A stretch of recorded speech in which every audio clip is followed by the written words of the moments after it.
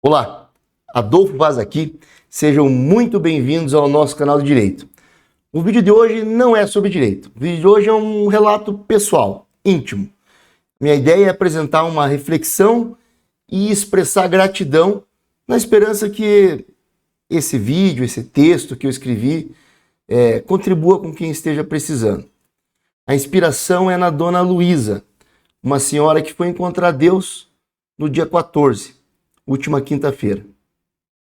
Sua partida despertou em mim esta reflexão e inspirou esse vídeo aqui. Eu vou usar o exemplo dela para agradecer como eu nunca fiz muitas outras pessoas. O vídeo vai ser uma mescla de um relato pessoal, reflexão, no qual eu vou compartilhar ali um pequeno pedaço da minha vida, misturado a algumas ponderações. Bom, primeiro eu vou contar minha história com a Dona Luísa e ao mesmo tempo apresentar o primeiro objetivo do vídeo, que é a reflexão. Eu sou amigo dos filhos da Dona Luísa. Eu não vou lembrar exatamente o ano, mas já faz tempo, aproximadamente uns 27 anos atrás, quando eu tinha por volta ali dos meus 15, 16 anos, eu frequentava a casa da família da Dona Luísa. Eu fazia cursinho na época e voltava das aulas por volta das 10h30, 11 horas da noite. Algumas vezes chegava nesse horário, outras vezes chegava até mais tarde, meia-noite. E a Dona Luísa ia para a cozinha e preparava com o maior dos carinhos alguma coisa para eu comer. Eu lembro de alguns pratos, eu lembro do macarrão, da lasanha, maionese caseira e várias outras coisas gostosas que ela fazia. Dona Luísa irradiava alegria, era extrovertida, risonha, transbordava vitalidade. E ela fazia tudo com um carinho e um amor de mãe, no sentido mais belo da palavra. Era uma atitude verdadeiramente cristã. E vocês vão entender por que eu estou dizendo que é uma atitude cristã. Não é uma simples frase de efeito. Dona Luísa, assim como toda a sua família, me tratava bem de graça, de forma totalmente desinteressada. E aqui, junto com esse pedaço da minha vida que eu estou contando para vocês, começam as reflexões. Percebam a palavra graça e percebam como eu a empreguei. Eu falei, toda sua família me tratava bem de graça. O filho mais velho da Dona Luísa, um amigo, irmão que a vida me deu, disse para mim muitas e muitas vezes, Adolfo, eu gosto de você de graça. Qual o significado dessa expressão, de graça? Na verdade, qual o significado da palavra graça, da maneira que eu expliquei logo acima? Eu quero fazer um exercício junto com vocês aqui. Vai ser mais divertido, mais proveitoso, eu garanto. Quero que vocês raciocinem junto comigo. Não apenas acompanhem o vídeo. Quero que vocês escrevam aqui embaixo o significado que vocês têm, que vem à mente quando eu falo a palavra graça. Vou dar um tempinho aqui para os senhores, mas acredito que com isso que eu já estou falando, vocês já tiveram tempo para pensar. Escrevam aqui agora nos comentários qual o significado que vocês entenderam para a palavra graça. A palavra graça ela não é comumente usada de forma solitária. Ela é muito mais usada em expressões idiomáticas. Expressão idiomática é uma combinação de palavras, cuja significação não pode ser compreendida de forma literal. Então, o que eu estou querendo dizer? A expressão idiomática, que é a junção de duas palavras, quando elas se unem, elas trazem um novo conceito, que é definido pelo uso da língua, pela convenção. Eu vou explicar e vou dar exemplos. Você encontra a expressão, por exemplo, sem graça. Significa que algo não é engraçado, não é cômico. Você encontra a expressão idiomática por graça. Algo que é feito por brincadeira, que não é sério. Ah, ele fez aquilo só por graça. E você encontra a expressão idiomática que eu mencionei acima, de graça. E foi nesse contexto que eu pedi para vocês colocarem o sentido da palavra graça aqui nos comentários. Mas, na verdade, eu fiz uma proposta meio capciosa. porque a palavra isolada não vai refletir o sentido empregado. Vocês provavelmente devem ter colocado aqui embaixo o significado da expressão idiomática de graça. Significa de forma gratuita, gratuidade, sem pagamento, sem retribuição. Então, voltando à minha história com a dona Luísa e sua família, eles sempre me acolheram de graça. Eu lembro que tarde da noite ela já podia estar descansando, mas eu chegava do cursinho e ela ia para a cozinha preparar alguma coisa para eu comer. Como eu disse, de graça. Não era cálculo, não era interesse, era gesto puro, silencioso. E é aqui que a vida simples abre espaço para o mistério, porque o que a gente chama no dia a dia de graça, essa atitude gratuita e amorosa, encontra eco profundo naquilo que a Escritura chama de graça. Graça, em seu sentido divino, não é apenas bondade humana, é favor imerecido, benevolência soberana de Deus. O telos da graça, seu propósito salvífico, antecede o uso comum do vocábulo. O que eu estou querendo dizer? Que nos textos bíblicos, hebraico e grego, é mais do que um sentimento, é o fundamento da salvação.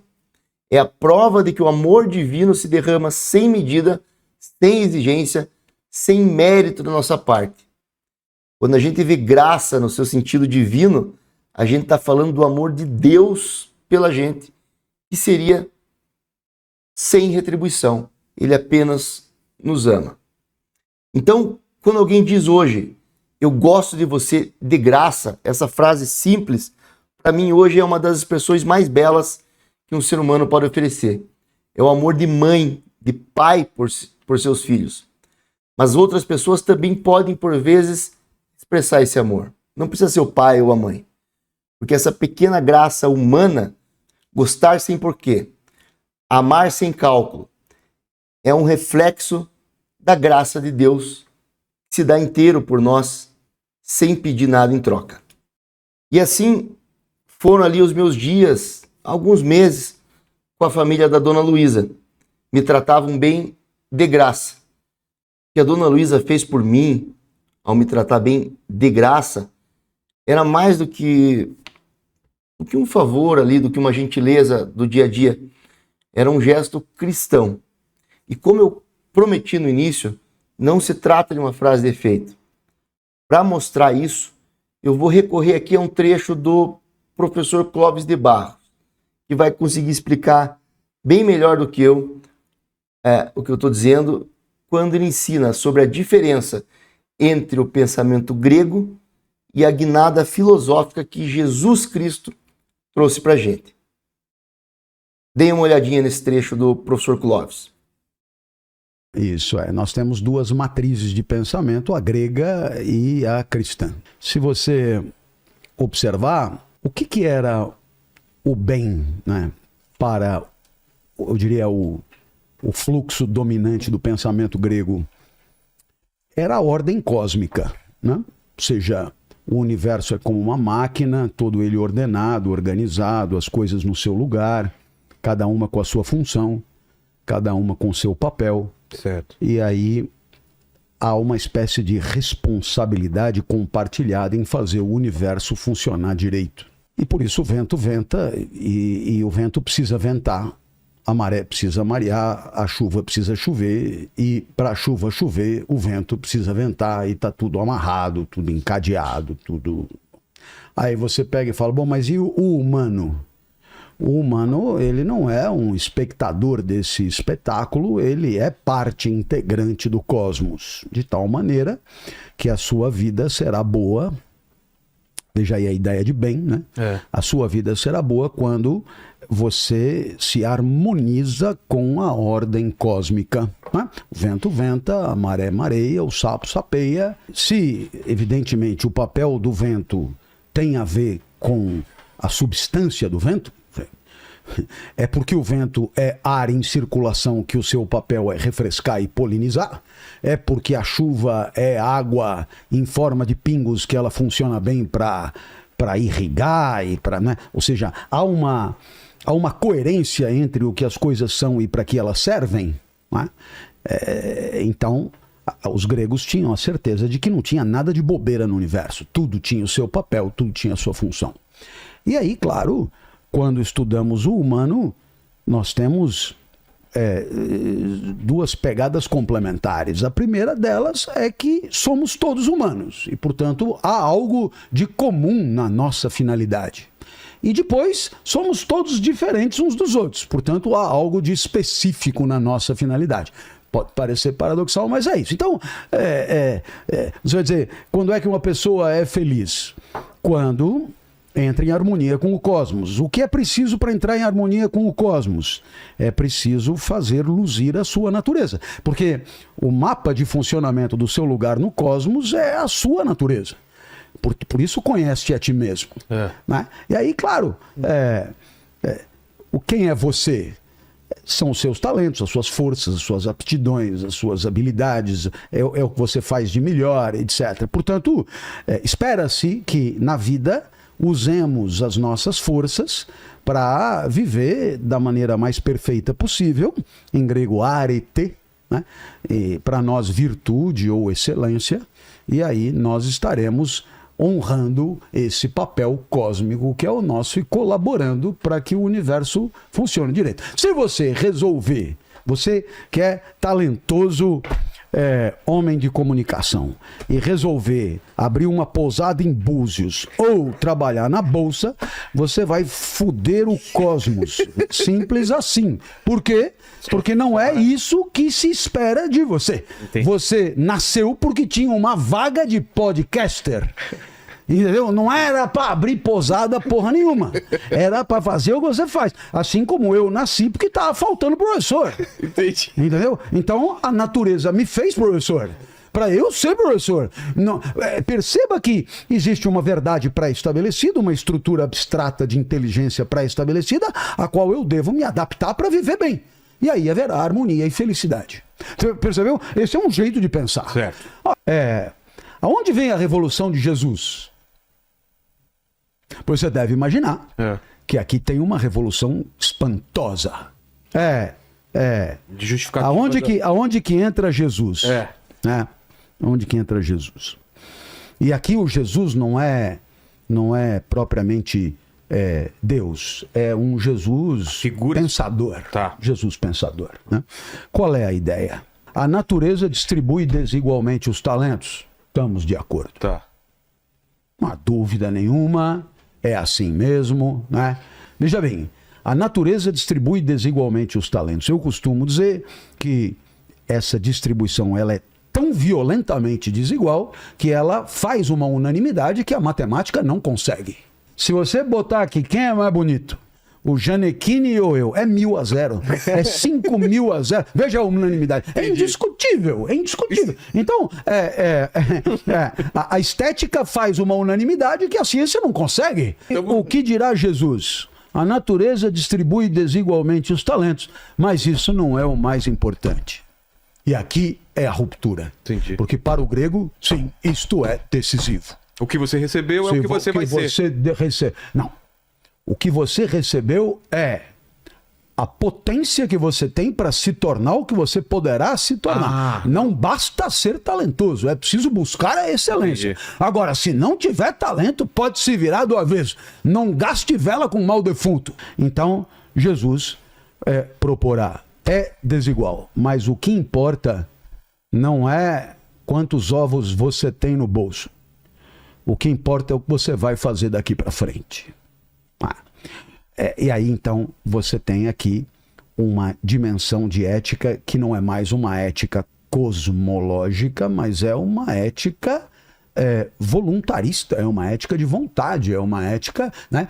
Olha, eu não tenho lá talento para porra nenhuma, mas eu vou pegar o que eu tenho e eu vou mobilizar o que eu tenho na direção que é uma direção de vida auspiciosa, em busca de alguma coisa boa na vida. Então, Jesus, ele trará para a discussão uma uma nova variável que é normalmente chamada de livre-arbítrio, aonde você, por conta do que quer para a sua vida, você mobiliza seus recursos em direção a alguma coisa de bom. Então, apenas para esclarecer, eu conheci gente genial, mas que no olhar cristão são pessoas pequenas. E por quê? Porque usam a sua genialidade de modo absolutamente autocentrado, se não pérfido, egoísta, cruel, vil, nefasto, humilhante. Esse etc. cara, para os gregos, estaria aqui e numa visão de Jesus, ele está abaixo. Inversamente. Inversamente. Você pode pegar um cara, digamos, apenas normal. Eu gosto de me lembrar na escola. Figura anódina, normal. Eu era irrelevante. Eu era notas normais. Eu também. É uma figura assim, que não marcou a vida de professor nenhum. Entendi. Muito bem. Só que é possível mobilizar o que se tem na mão em busca de alguma coisa positiva.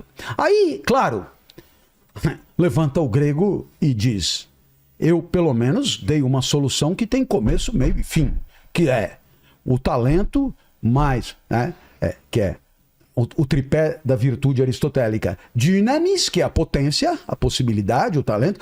Exis, que é a repetição, o treinamento, o esforço. E energeia, que é a performance, o desempenho. É você chegar lá e fazer excelentemente mesmo. Eu dei a minha solução. Cadê a sua? Então, já vem, né? A minha solução é a seguinte: o que importa é o que eu vou decidir a partir de agora, e o valor positivo é dado pela referência do HP. Do HP. Em outras palavras, a ideia de que tem um amor. A felicidade maior é proporcionar a felicidade para o outro, mas eu diria de maneira mais simples, tirar de alguém um sorriso que sem você não teria sorrido, ou em épocas de pandemia, diminuir a dor, a angústia, a ansiedade, a dor do luto, etc., com a sua presença. Tudo isso permite entender com clareza o que Jesus quis mostrar. Ou seja, você pode, a partir do que você tem na mão do ponto de vista da natureza, fazer da sua vida uma vida exuberante. Então, eu acho uma a palavra virtuosa, talvez? Virtuosa? Virtuosa, mas num novo sentido de virtude. Tá. Que não é mais a virtude patrocinada por um talento de natureza fantástico, mas sim por uma vontade de mobilizar recursos num determinado sentido, que é um sentido de contemplação do outro, no sentido de reconhecimento do outro como titular de uma vida tão importante quanto a própria, titular de desejos tão importantes quanto os próprios, e assim por diante. Perceba como a Revolução de Jesus, ela está na base de um entendimento de ética muito consagrado na modernidade. Quando Kant, na primeira página do Fundamento da Metafísica dos Costumes, ele diz: não há nada que seja bom em si mesmo, inequivocamente. Vou até melhorar a frase. Não há nada na natureza que seja bom em si mesmo, inequivocamente. Em outras palavras, posso usar a beleza para o bem ou para o mal, a inteligência para o bem ou para o mal, a força para o bem ou para o mal, a agilidade para o bem ou para o mal, a astúcia para o bem ou para o mal. Só há uma coisa inequivocamente boa: a boa vontade. Ponto. A influência do pensamento de Jesus na primeira página de Kant, que é o mais importante filósofo moral do Ocidente, é indiscutível. E é um pouco o que a gente entende. Quer dizer, no final das contas, quando é que a gente considera que uma pessoa agiu bem? Antes de mais nada, quando agiu de modo aparentemente desinteressado, né? Simples exemplo. Você, sei lá, tá passando de carro, alguém pede carona e você, né, Dá carona para onde você vai? Ah, eu vou descer na Paulista. Ah, bacana, eu tô indo para perto e eu te levo. Aí, chegou perto da Paulista, olha, aqui é o mais perto que eu vou chegar. A pessoa desce, porra, valeu, valeu. Bacana, show de bola. Mas se o cara descer, você pega e fala, escuta, não rola aí dividir a gasolina de lá até aqui não e tal, coisa já diminuiu um tiquinho de graça na coisa.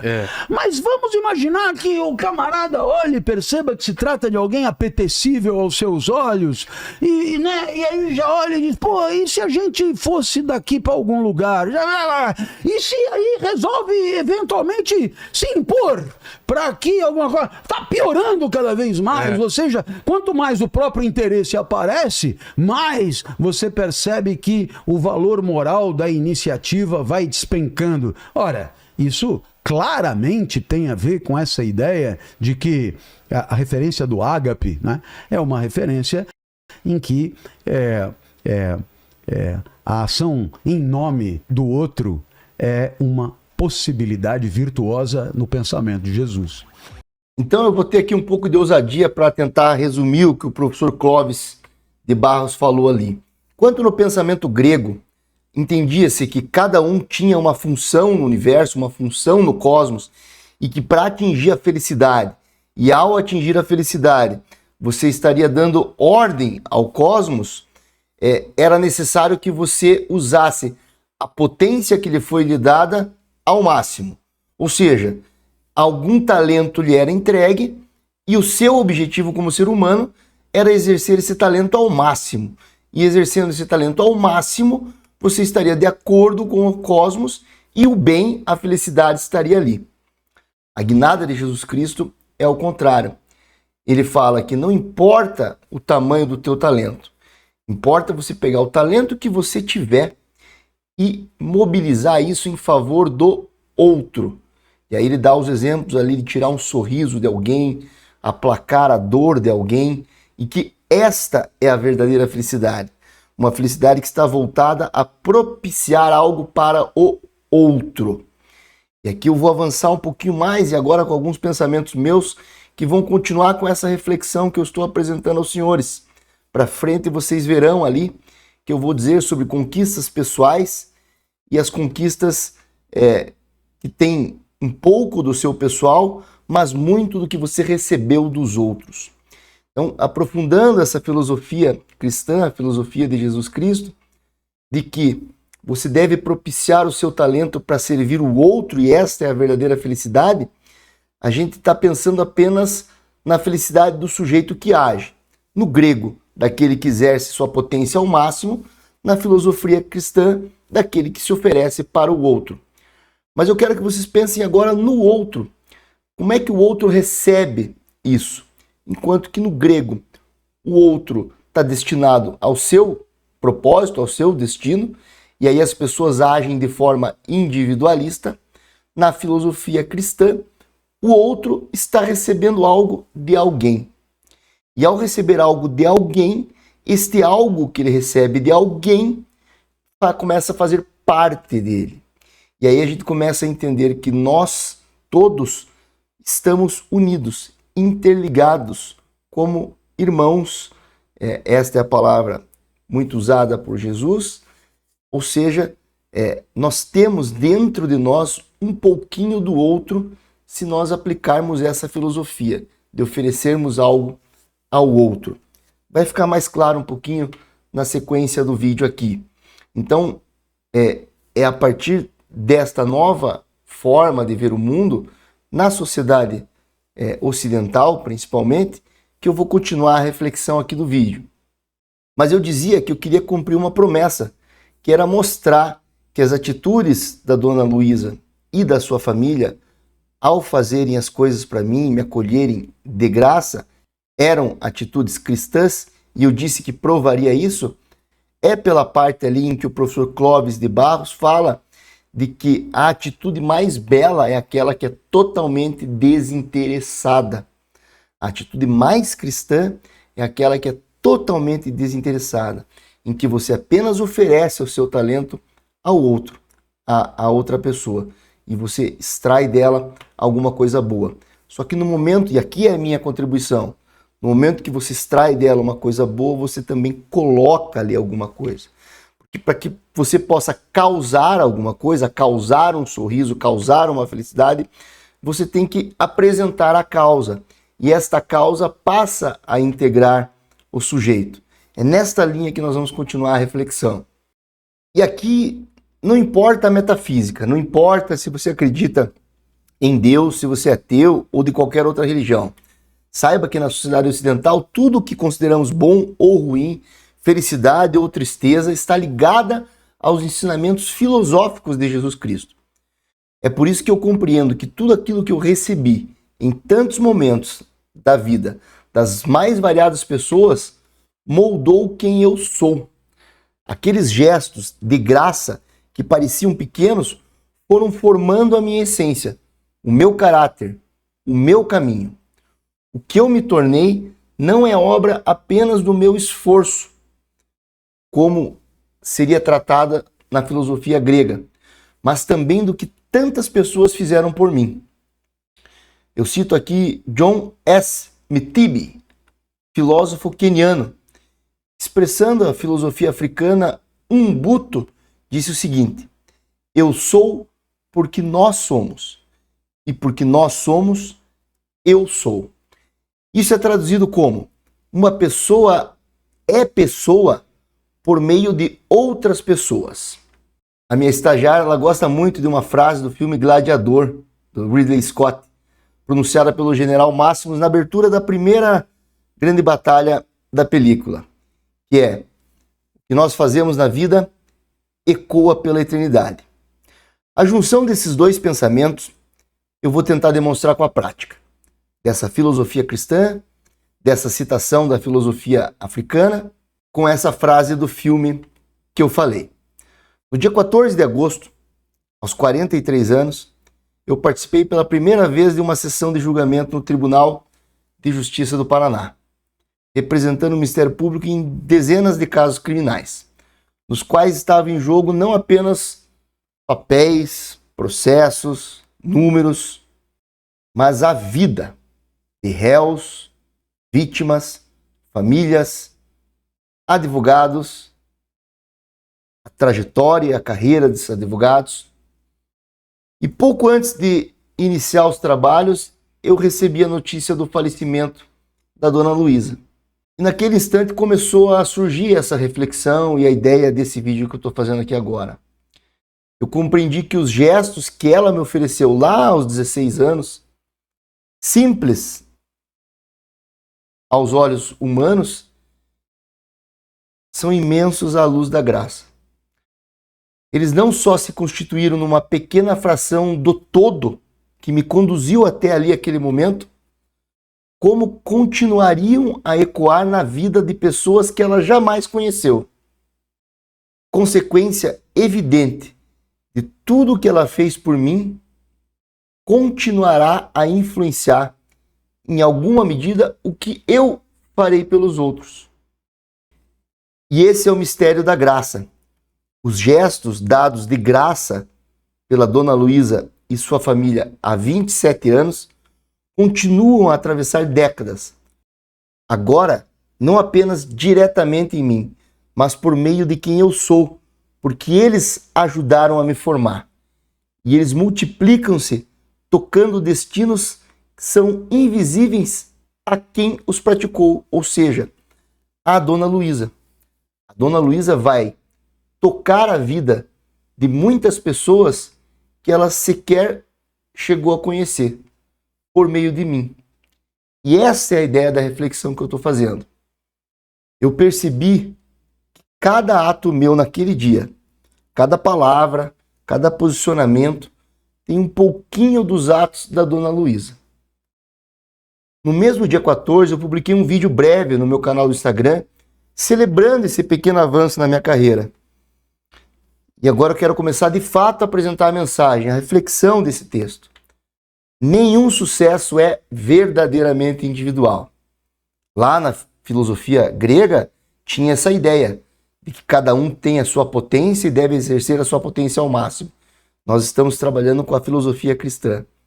Nós apenas conseguimos chegar a algum lugar porque ao longo dos anos, incontáveis pessoas nos sustentam com atos de ajuda, grandes ou pequenos, que de quem olha de fora, talvez pareçam banais, mas que possuem um valor inalcançável pelo dinheiro. Nós sabemos que é verdade que vivemos em um mundo terrivelmente desigual. Alguns recebem muito apoio e outros quase nenhum.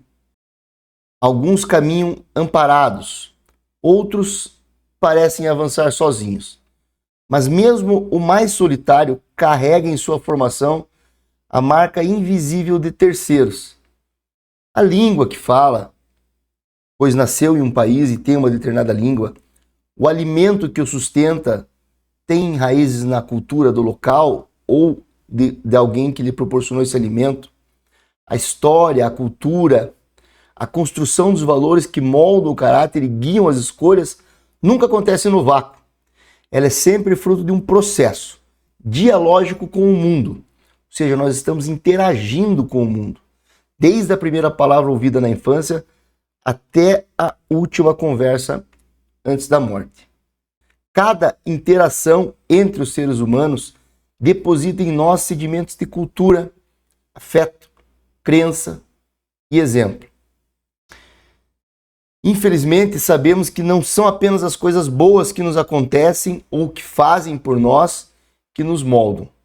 As ruins também. O bem se espalha, mas o mal age da mesma maneira. Mas o vídeo de hoje é para celebrar a generosidade, a benevolência, o altruísmo, e não daremos foco aqui ao que não contribui. Esse é um vídeo de homenagem, reflexão e gratidão. O lado não tão agradável dessa dinâmica de influências, nós vamos deixar para outro momento, para outro vídeo. Continuando nesta linha de que somos o conjunto do que recebemos ao longo da vida. O discurso moderno do self-made man é uma ilusão arrogante. Nenhum de nós é obra exclusiva de si mesmo. Cada jornada é pavimentada por mãos visíveis e invisíveis. O mestre que acende a centelha do saber, o desconhecido que indica um caminho, o amigo que empresta um ouvido paciente, o pai que sustenta silenciosamente anos de estudos do seu filho, a senhora que prepara um prato de comida para um estudante faminto, que é o que a Dona Luísa fez para mim em alguns meses ali da minha vida. A mãe que oferece o colo para os momentos de angústia. Pequenos atos que se perdem na pressa do cotidiano, mas que vistos em perspectiva, assim, a longo prazo, carregam um peso incalculável. E aí eu faço a afirmação agora. Você não é absolutamente ninguém sozinho. Seu mérito existe. O mérito lá do grego não foi esquecido. Mas a revolução de Jesus Cristo diz o seguinte: seu mérito só se realiza a partir da participação de outros. Vamos pegar um exemplo aqui de um violinista. Mesmo que ele seja exímio, a arte dele só vai ter cumprimento quando alguém escutar a sua música. Ainda que ele tenha aprendido sozinho, alguém precisou vender ou dar para ele o instrumento. E se ele construiu o instrumento por conta própria, foi porque outro ser humano, pelo menos em algum momento, mostrou a possibilidade da existência do instrumento. Claro que eu exagerei aqui no exemplo, porque o normal é que tenhamos um professor, temos alguém que nos deu o primeiro instrumento, temos alguém que nos cedeu o espaço para estudarmos. Tudo que conquistamos carrega a marca dos outros. Uns recebem mais apoio, outros menos, mas sem exceção são tocados em algum grau pela ação alheia. Hoje em dia a gente ouve muita frase do Jim Rohn, um coach americano, que diz o seguinte: você é a média das 5 pessoas com quem mais convive. Até pode ter um pouco de verdade nessa prática aí, mas na minha opinião é uma formulação míope. limitada, fraca. Reduz o ser humano a um reflexo imediato de um pequeno círculo de pessoas. Como se a gente fosse influenciável dessa maneira, sem substância própria. Essa frase talvez até explique ali o momento. Naquele momento, você é o reflexo daquelas 5 pessoas. Mas a realidade é muito mais ampla. Nós não somos a média de 5 pessoas. Nós somos a soma de centenas, milhares, incontáveis influências, recebidas desde o ventre materno até a idade adulta. Somos feitos de palavras, gestos, exemplos e silêncios. Nossa identidade é um mosaico de contribuições, uma tapeçaria cujos fios vêm de todos os lados. Ao final, toda a biografia é simultaneamente mosaico e espelho. Mosaico porque se compõe de fragmentos alheios. Espelho porque a gente devolve ao mundo este mosaico de uma forma singular. A gente pega esse mosaico, molda com o nosso livre-arbítrio e devolve para o mundo alguma coisa. Reconhecer essa interdependência não é só um gesto de humildade, mas um exercício de lucidez, uma forma de sabedoria. E essa é a primeira parte do nosso vídeo, a parte da reflexão, de que somos o que recebemos, mesclado ao nosso livre-arbítrio. Compreender essa realidade de que nós somos compostos de maneira complexa, ou seja, pela contribuição dos outros, junto ao nosso mérito, ao nosso livre-arbítrio, é cultivar a gratidão como postura existencial. Tal reconhecimento não diminui o valor do esforço próprio. Ao contrário, dá condições da gente saber o tamanho do nosso esforço, mais o tamanho da contribuição que a gente recebeu de todos os outros. E aí a gente tem de fato uma noção do que nós somos, uma noção de quanto é resultado da gente e de quanto é resultado do que recebemos dos outros. Porque o resultado da gente é aquilo que a gente faz com o que a gente recebe dos outros. Você precisa saber o tamanho do seu mérito pessoal, mas só vai conseguir isso se você também reconhecer o tamanho da ajuda que recebeu ao longo da vida. Eu quero deixar claro que quando eu falo ajuda aqui, não é aquela ajuda escancarada de alguém ali te ajudando, mas perceber os pequenos atos. E por vezes, sem um esforço maior de reflexão, a gente pensa que não tem importância. É um grave engano.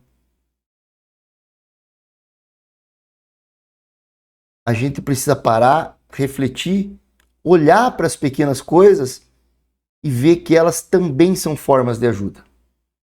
O triste é que, às vezes, a gente só percebe isso diante da partida de alguém. A morte de uma pessoa querida, como foi o falecimento da dona Luísa, escancara para a gente, de uma forma dolorosa, o quanto dela ficou em nós, da pessoa que partiu, e o quanto vai continuar a repercutir dentro da gente. Mas a gente não deveria esperar a ausência para compreender o valor da presença. O exercício da gratidão deveria ser constante. Olhar para os lados e para trás no tempo e perceber quantas centenas, milhares de pessoas já passaram por nossa vida e de alguma forma contribuíram para o que somos hoje. E nesse ponto, a dona Luísa me ajudou mais uma vez, me dando essa lição. Receber a notícia da partida dela ativou imediatamente a memória dos meses em que eu fui muito bem tratado lá na casa dela, no seio da sua família. Mas ao mesmo tempo me fez pensar, será que eu agradeci com a força necessária? Será que eu expressei a gratidão como eu deveria? Ou eu me limitei aos obrigados do dia a dia? Muito obrigado, muito obrigado. O muito obrigado, expressão cordial e verdadeira, sem dúvida é demonstração de gratidão.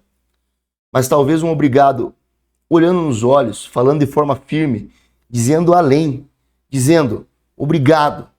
Tudo isso que você fez e faz por mim é muito importante, vai ficar marcado na minha vida, saiba disso. Talvez dizer obrigado assim, com essa força, não é algo que deveria acontecer com mais frequência. Só que agradecer a Dona Luísa, que por alguns meses me dedicou atenção e carinho, eu imediatamente fui levado a refletir sobre os meus pais, que ao contrário de um momento passageiro, fizeram isso por mim a vida inteira e continuam a fazer, mesmo eu tendo hoje 43 anos de idade. Eu tenho certeza que continuarão até o último instante da vida deles. Nós, filhos, raramente paramos para agradecer o suficiente. E quando a gente faz, a gente se dá conta de que a gente não tem palavras suficientes para preencher o agradecimento necessário. O amor que a Dona Luísa me demonstrou naqueles dias que eu frequentava a casa deles era um amor de mãe. Mas eu tenho o privilégio incomparável de possuir uma mãe cujo amor não conhece medida, é diário, ininterrupto, silencioso e avassalador. É um amor que se revelou e se revela ainda em cada refeição que ela preparou para mim, em cada vez que ela precisou correr para o hospital, durante as minhas crises de asma na infância, em noites que ela passou sem dormir ao meu lado, quando essa doença infantil me sufocava, em cada renúncia invisível que ela fez para que eu pudesse avançar. E mais uma vez eu reconheço, nunca agradeci na intensidade que ela merece. E acho que nunca vou conseguir fazer na altura da sua verdadeira benemerência. Da mesma forma, eu tenho um pai. Desde que me reconheço como indivíduo, desde que eu me entendi como gente, sempre me deu carinho, atenção, orientação, presença. Cada gesto, cada conselho, cada bronca, cada palavra de incentivo foram os pilares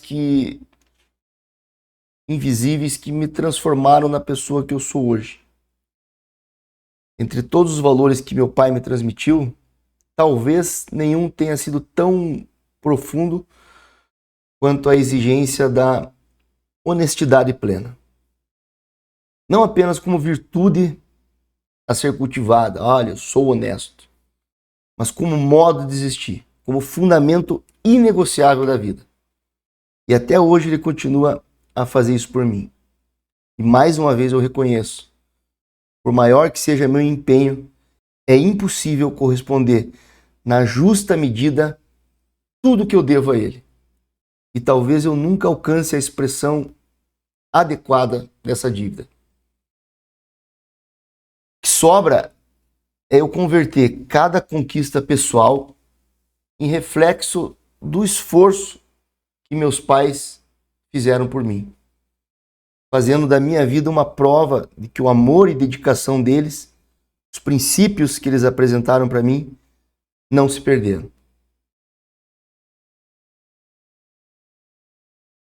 Aos dois, minha mãe e meu pai, vocês são os mais importantes. Muito obrigado. E aí, trazer à memória o legado, eu percebo que, dos meus pais, eu percebo que a única resposta possível diante da grandeza de tudo que eles me ofereceram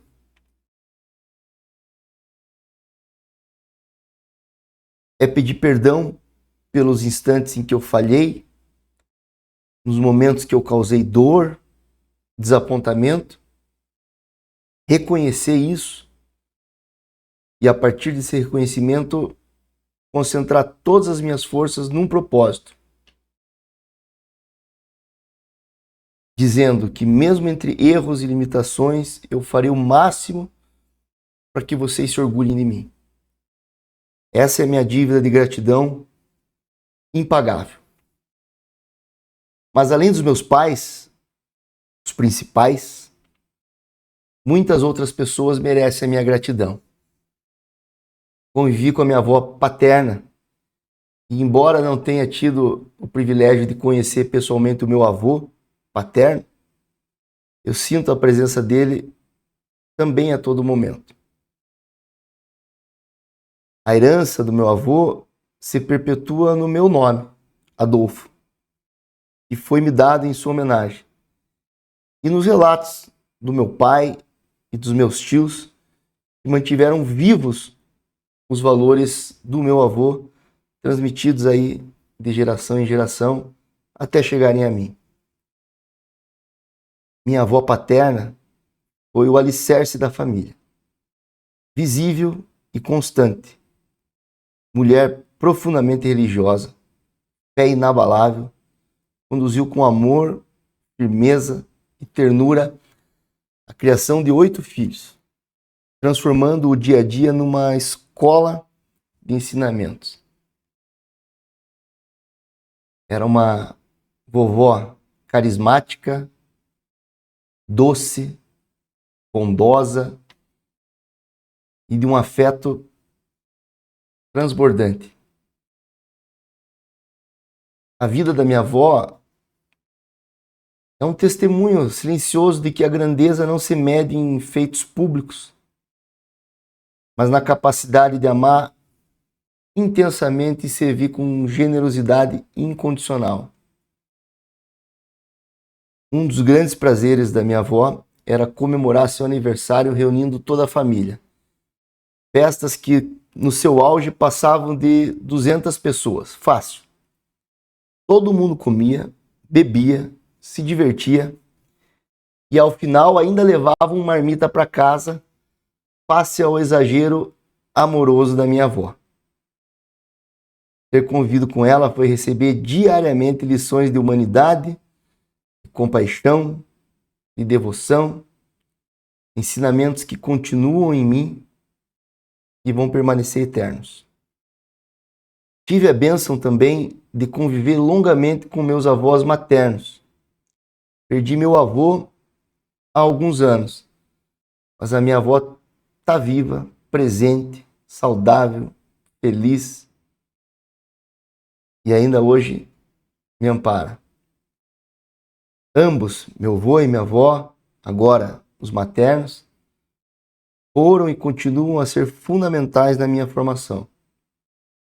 O meu avô guarda lembranças que são verdadeiras relíquias da memória.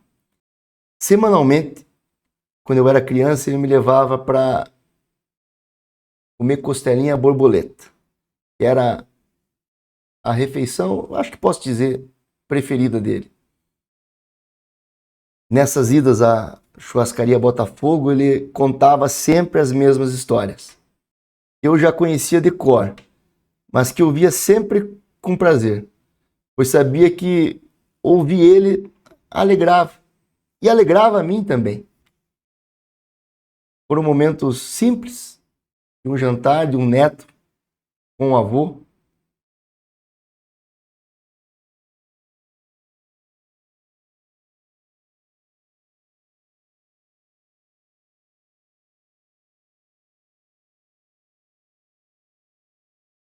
Mas cheio de afeto, cumplicidade e aprendizado.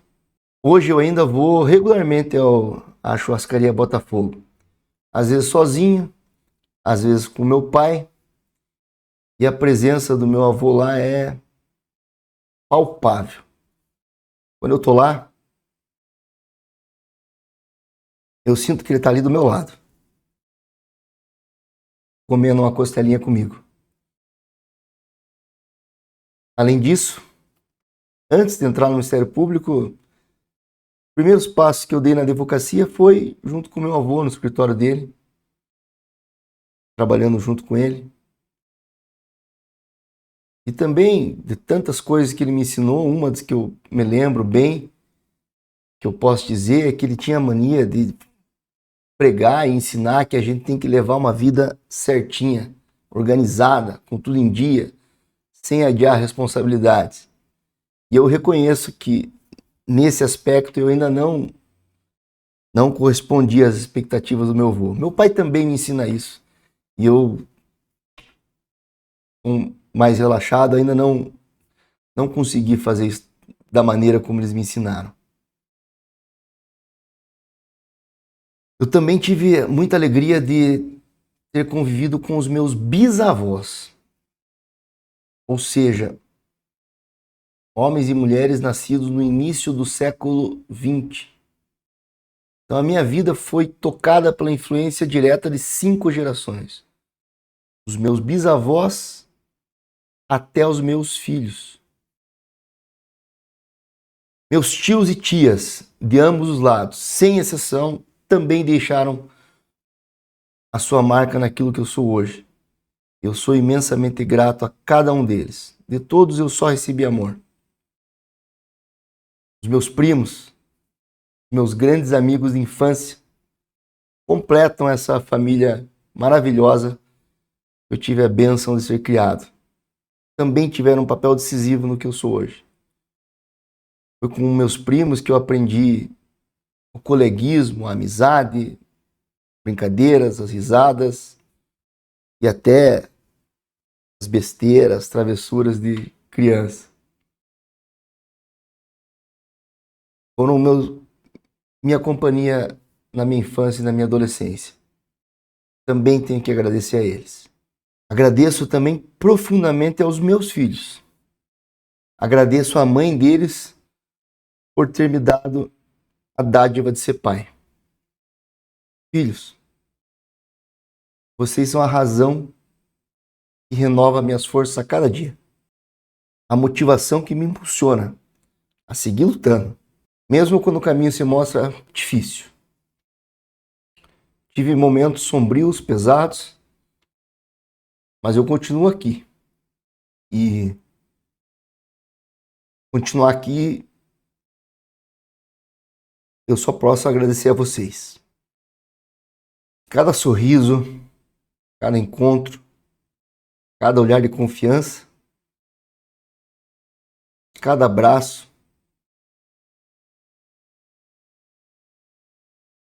traz a certeza de que vale a pena resistir, insistir e persistir.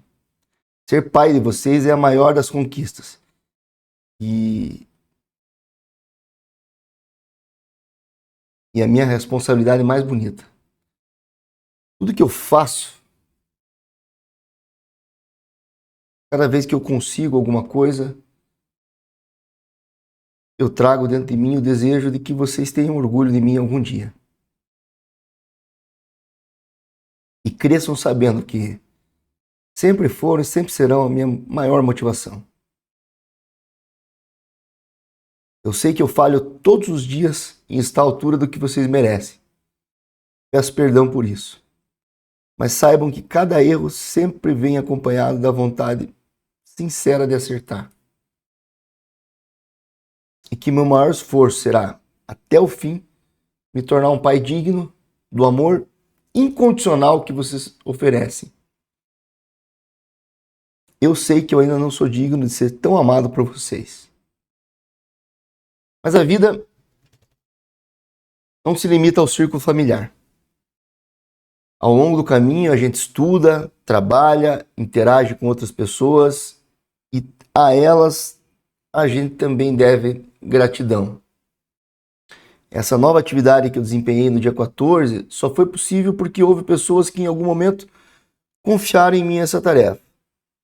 Depois, outras pessoas, todo mundo que eu estou falando aqui sabe exatamente, se assistir o vídeo vai saber exatamente de quem eu estou falando. Depois outras pessoas me orientaram, instruíram e ampararam. Outras pessoas apoiaram.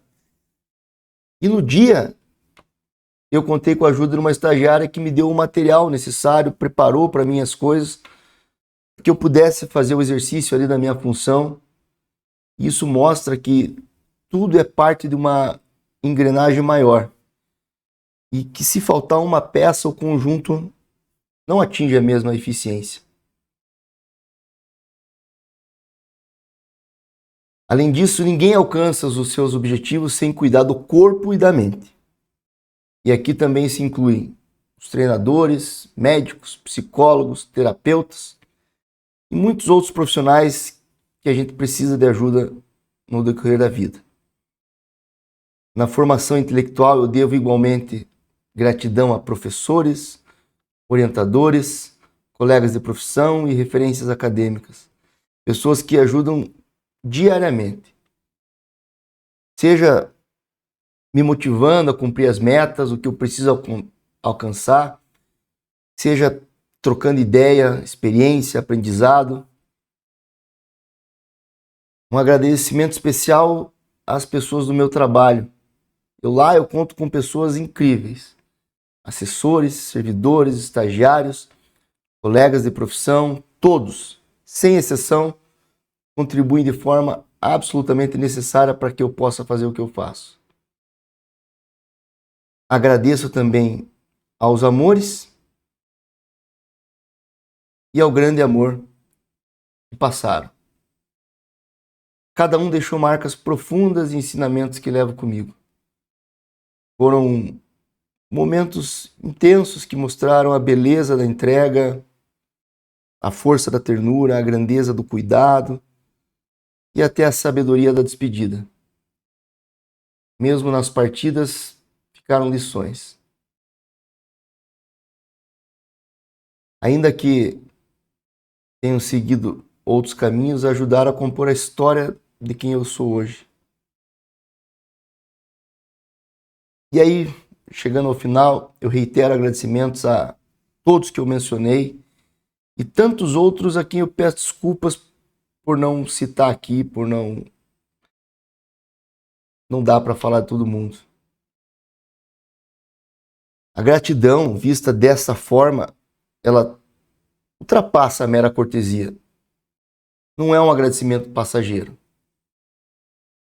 E unindo com a reflexão que eu fiz anteriormente, a gratidão é um reconhecimento profundo de que a nossa identidade é, em grande medida, uma obra coletiva. É admitir que o que somos não pode ser separado daquilo que recebemos. Mesmo os gestos aparentemente mínimos têm o poder de moldar os nossos destinos.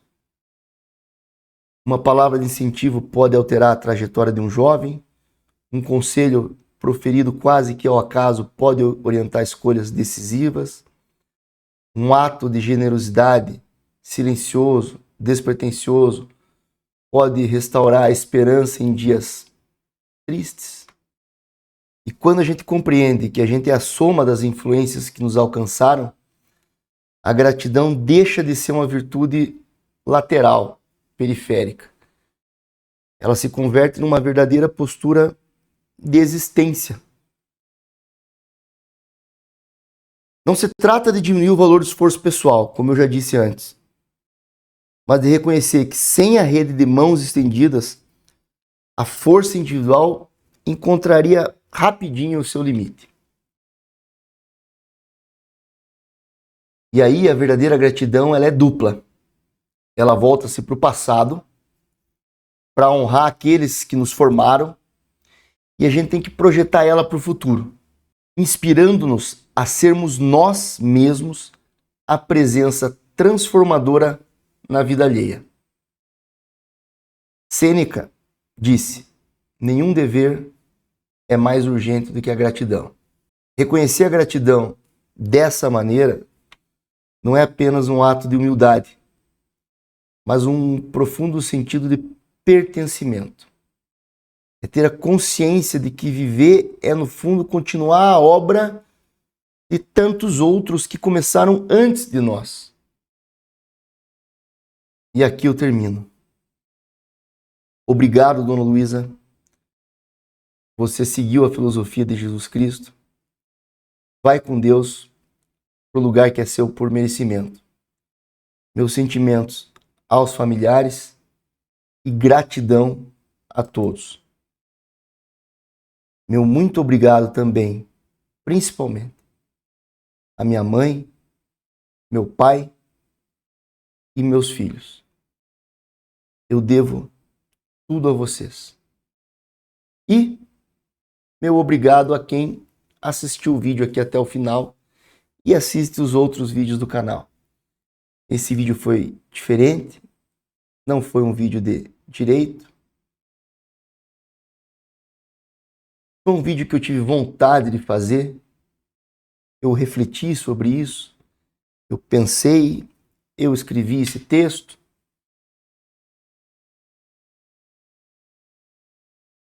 E seguindo o final ali do que eu falei, de que a gratidão tem que se mostrar de forma dupla, olhando para o passado, e que a gente tem que se transformar para os outros também, uma forma de inspiração, eu achei que podia contribuir com essas reflexões. Até o próximo vídeo e bons estudos a todos.